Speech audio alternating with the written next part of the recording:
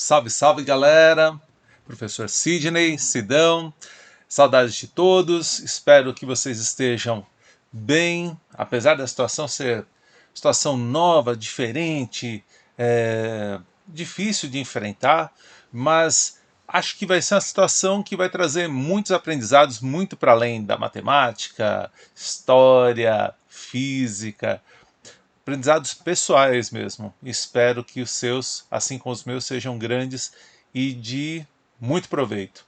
Por enquanto, vamos trabalhando com essas aulas à distância, enquanto a gente não pode se encontrar olho a olho, tete a tete, como eu gostaria muito. Mas em breve a gente volta a se reunir em torno da lousa, do giz, para continuar a sua preparação para os vestibulares, ok?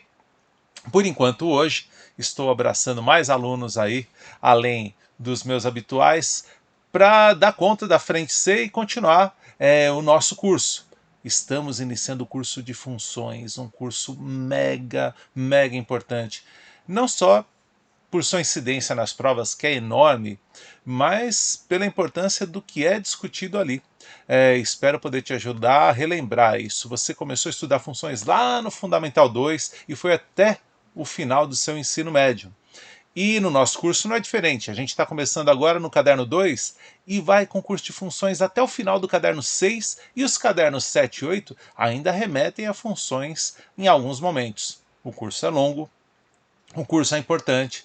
Então vamos começar devagarinho, vamos curtir esse começo da introdução às funções e logo a gente começa a pegar mais pesada. Aproveite aí. Deixa eu sair daqui e colocar outro elemento na nossa conversa. Esse sou eu acordando. Então pegue lá seu caderno 2, ângulo extensivo manhã. Aula 10 vai ser dividida em duas partes. Vamos começar agora. Deixa eu aqui colocar também o meu cronômetrozinho. Na página 177, vamos falar um pouquinho de teoria, um pouquinho só, para você colocar em ordem alguns conceitos e poder desfrutar disso ao longo dos próximos cadernos, ok? Não tenha pressa, a gente logo coloca a mão na massa e começa a fazer uns exercicinhos, experimentar algumas questões. Por enquanto vamos falar de teoria. Mas a primeira coisa é, não, o que é uma função? Primeiro eu preciso que você entenda que quando a gente fala de funções, a gente está num contexto um pouquinho mais amplo, que é o contexto das relações binárias. Vamos relembrar o que é isso, bem superficialmente, bem rapidinho, ok? Nessa aula, você vai comigo discutir todos esses conceitos. No final da aula, faça um checklist e veja se alguma coisa não ficou clara. De qualquer forma, eu sugiro fortemente uma leitura do seu caderno de estudos para esse curso. Tá muito, muito bacana de ler, boa leitura, esclarecedora, e isso complementaria de maneira muito simpática a nossa aula, ok? Bom, vamos lá, cada um segue como achar melhor. Bora trabalhar. Relações binárias. Olha esse exemplo. Você tem acompanhado as discussões sobre economia há um tempo já. E essas duas grandezas, ano e PIB, Produto Interno Bruto, têm estado na jogada. Estamos relacionando aqui duas grandezas, ano e PIB, grandezas, coisas às quais eu posso associar medidas. Opa! Duas grandezas, relação binária. E o que é relação, Sidão? É associar a cada elemento de um dos conjuntos um elemento do outro. Então veja, no ano de 2015, o PIB era esse aqui. No ano de 2014, era esse aqui. Bom, isso é associar, isso é criar uma conexão entre elementos dos dois conjuntos. Mais um exemplinho. Veja, lá na física, quando você faz um lançamento vertical, joga algum projétil para cima com uma velocidade inicial v0, você pode tentar calcular a altura máxima. E essa altura máxima ocorre quando essa velocidade inicial se reduz a zero. é possível relacionar as duas grandezas, velocidade inicial e altura máxima obtida. Duas grandezas, para cada uma das velocidades iniciais possíveis, eu teria uma altura máxima atingida possível. Duas grandezas, relação entre duas grandezas, relação binária. Mais um exemplo. Para dar um exemplo simpático e feliz nesses tempos terríveis de pandemia,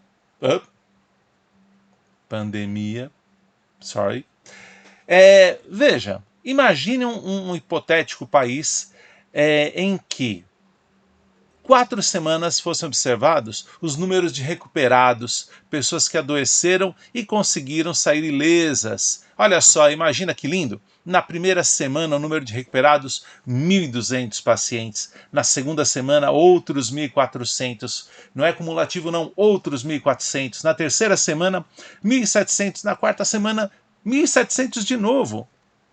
Olha, sensacional. Isso é um belo exemplo para a gente pensar agora. E de novo estamos relacionando duas grandezas. Olha só, as semanas e os números de recuperados. Eu vou me ater agora a esse exemplinho e voltar para uma notação que você possivelmente se familiarizou entre o nono ano e a primeira série do médio. Veja só, veja se eu tenho razão. Esse diagrama de flechas, para esse primeiro bate-papo sobre relações binárias, ele é super interessante, super útil, apesar de ser bem simplista. Mas vamos lá. Olha só. Relações binárias, vamos começar a falar da linguagem matemática mais precisamente agora.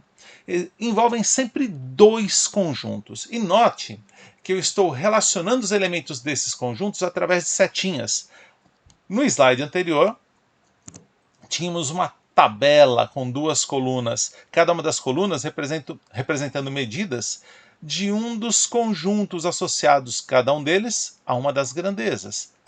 Agora, chamei genericamente o primeiro conjunto de A, o segundo conjunto de B. A gente sabe o que eles representam, mas a gente pode esquecer que 1, 2, 3 e 4 estavam associados a semanas, e 1.200, 1.400 e 1.700 a número de recuperados de uma dada doença. E a gente pode olhar simplesmente para a ideia de relacionar dois conjuntos, associando a cada um dos elementos de um dos conjuntos um elemento do outro. Note um detalhe. Alguém poderia dizer assim: ô Sidão, e a gente não poderia pensar ao contrário? Por que a setinha está da semana para o número de recuperados? Porque no contexto dessa observação, à medida que eu ia registrando uma nova semana, eu me perguntava qual é o número de recuperados. E aqui o contexto indicava que o número da semana era o valor inicial, o primeiro que eu forneço, e o número de recuperados associados a ele a posteriori. Essa é a ideia de relacionar conjuntos. Um deles será o conjunto de onde partem as flechas, os meus dados, e o segundo conjunto, onde chegam as flechas, o elemento associado a um elemento do primeiro conjunto. As relações binárias são feitas assim. Bem, as relações binárias, na verdade, são conjuntos de pares ordenados, em que o primeiro elemento de cada par ordenado pertence ao primeiro dos conjuntos, o conjunto de onde partem as flechas, e o segundo elemento de cada par ordenado pertence ao segundo conjunto, o conjunto onde chegam as flechas. O nome da relação, R1, eu criei aleatoriamente, assim como os nomes A e B para os dois conjuntos. O que é uma relação binária? É um conjunto de pares ordenados. Guarda. Veja só. Agora nós temos aqui na tela duas relações binárias. Uma delas, a primeira que está à sua esquerda, a gente diz que é uma relação de A em B. Agora eu vou ampliando a nossa linguagem, ok? Quando o primeiro dos conjuntos, o conjunto de onde partem as flechas é o conjunto A, a gente diz que é uma relação de A em B. Olha para a relação à direita. Eu inverti. E as flechinhas passam a sair de B e chegar em A. A gente diz que essa relação que eu batizei de R2, aqui embaixo, olha só. Ela é uma relação de B em A. Guarde essa linguagem, uma linguagem para muitas aulas, ok? Bom, e o que são as relações? São conjuntos de pares ordenados. Então note que o par ordenado 1 e 1200 é diferente do par ordenado 1201. Então, olha só, esse par ordenado aqui, diferente desse. Pertencentes a relações binárias diferentes. Ou se não, mas e a função? Calma, estamos chegando lá. A função vai ser um caso particular e muito especial de relação binária. Então só entende o que é função quem entendeu o que é uma relação binária. Então uma relação binária pressupõe dois conjuntos, o estabelecimento de uma ordem entre eles, o conjunto de onde saem as flechas e o conjunto onde chegam as flechas, e, finalmente, os pares ordenados, associando elementos de um conjunto com elementos do outro conjunto. Essa é a ideia de relação. Então aqui nós temos duas relações que eu batizei de R1 e R2. Bom, aí você ficou com a pergunta. Quando uma relação binária é uma função, Sidão? Já que você disse que uma função é um caso particular de relação binária. Vamos lá. Olhe para essas duas relações, vamos namorar um pouquinho mais essas relações. Aqui eu acrescentei uma notaçãozinha. Veja como você lê isso aqui. Aqui vem o nome da relação, relação R1. Aqui eu estou indicando o conjunto de onde partem as flechas, conjunto onde chegam as flechas. Conjunto de partida, conjunto de chegada, respectivamente. Olha a nossa relação. Relação é o conjunto de pares ordenados. Note o que aconteceu. Cada um dos 4 elementos do conjunto A foi associado a um elemento do conjunto B. Chega aqui na relação R2, a relação R2 de B em A, as flechinhas partindo de B, chegando em A. Olha o que aconteceu. Cada um dos elementos de B foi associado a elementos de A. Com uma coisa especial aqui. Na verdade, duas, né? Você deve estar olhando e falando, você fez o caminho de volta do B para o A. Exatamente, mas essa é uma outra relação. Logo a gente vai chamar essa de relação inversa. Hoje não. Mas olha que interessante. Aconteceu algo especial.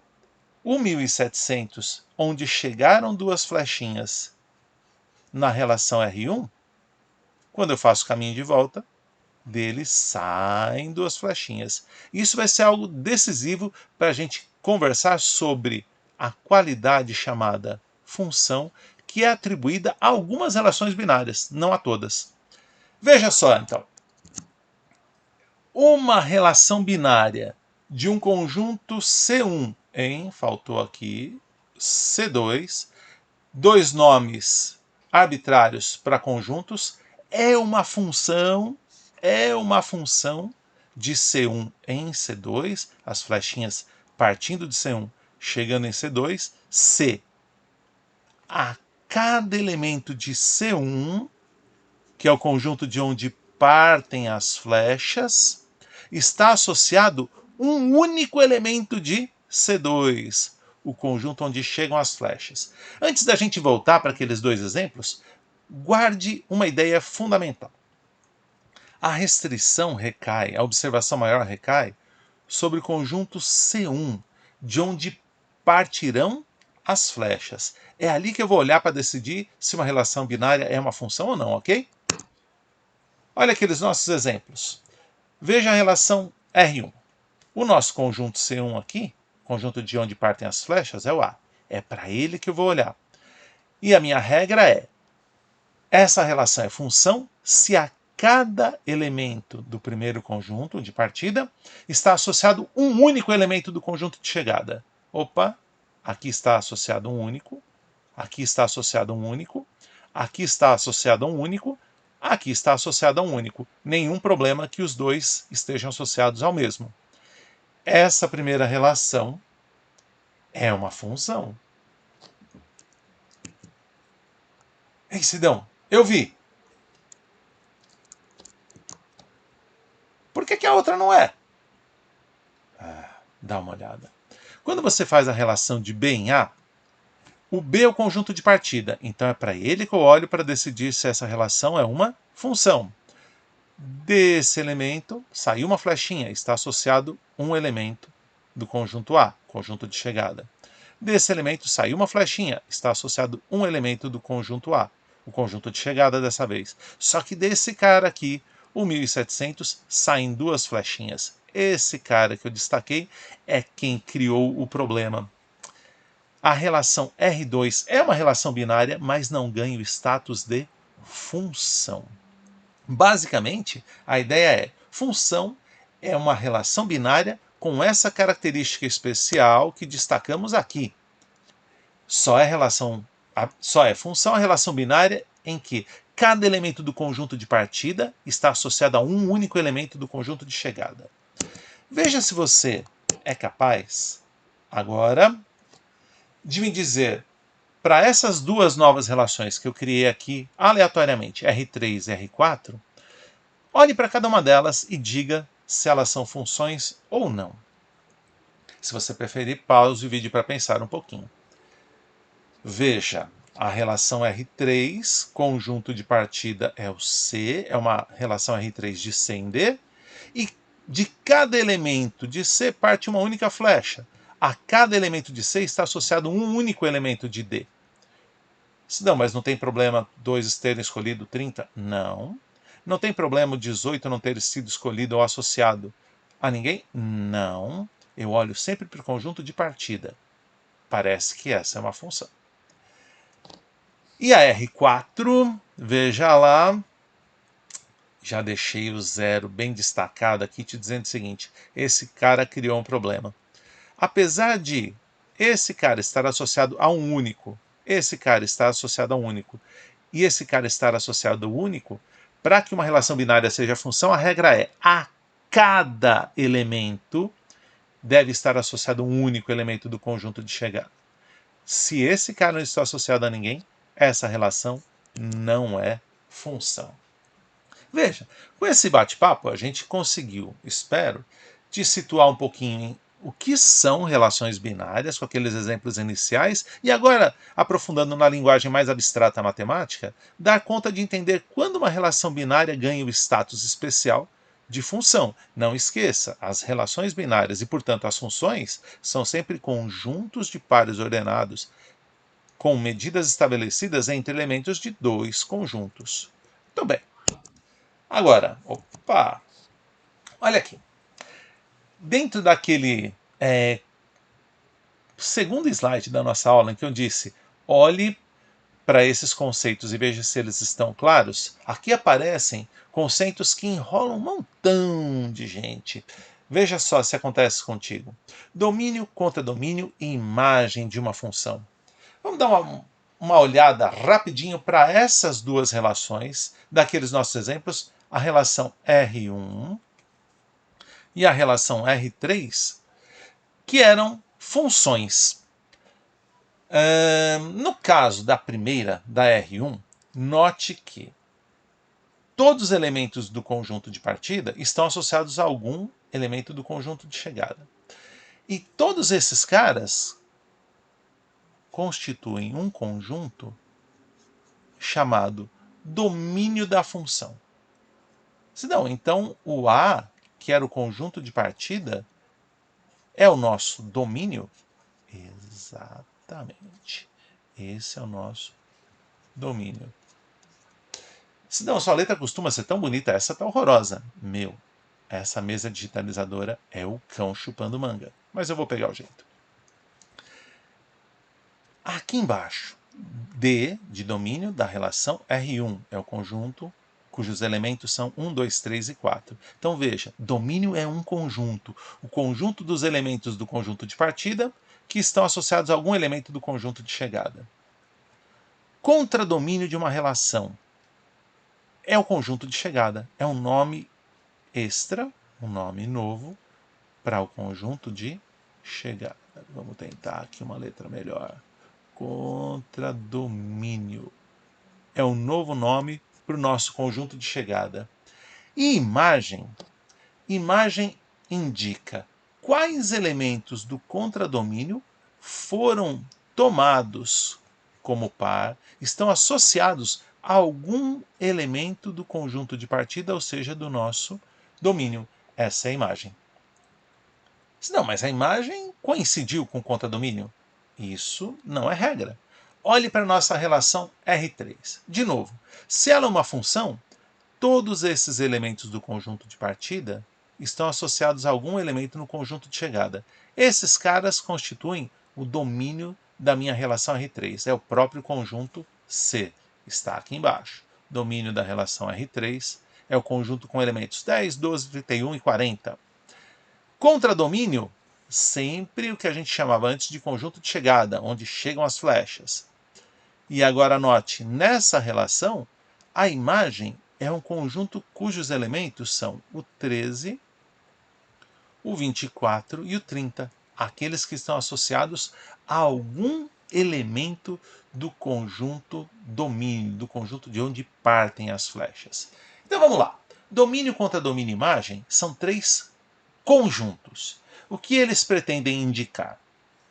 O conjunto de onde partem as flechas, numa função, o conjunto onde chegam as flechas, numa função, domínio e contradomínio respectivamente, são nomes bem importantes, e imagem indica no contradomínio, já que não é regra, não é obrigatório que todos os elementos estejam associados no contradomínio a algum elemento do domínio, o conjunto imagem indica quais dos elementos do contradomínio de fato foram associados a algum elemento do domínio. Essa é a ideia de domínio, contradomínio e imagem de uma função. E se você está um pouquinho incomodado, incomodada, pensando assim, pô, mas funções têm aquelas formulinhas, tem gráfico, tem aquelas regras, cadê isso? Calma, vamos chegar lá. Gráfico só na semana que vem. As regras, as fórmulas, as expressões algébricas vão entrar daqui a pouquinho na parte 2 dessa aula, ok? Então, pera lá. Vamos interromper essa e chegar já já de volta para a parte 2.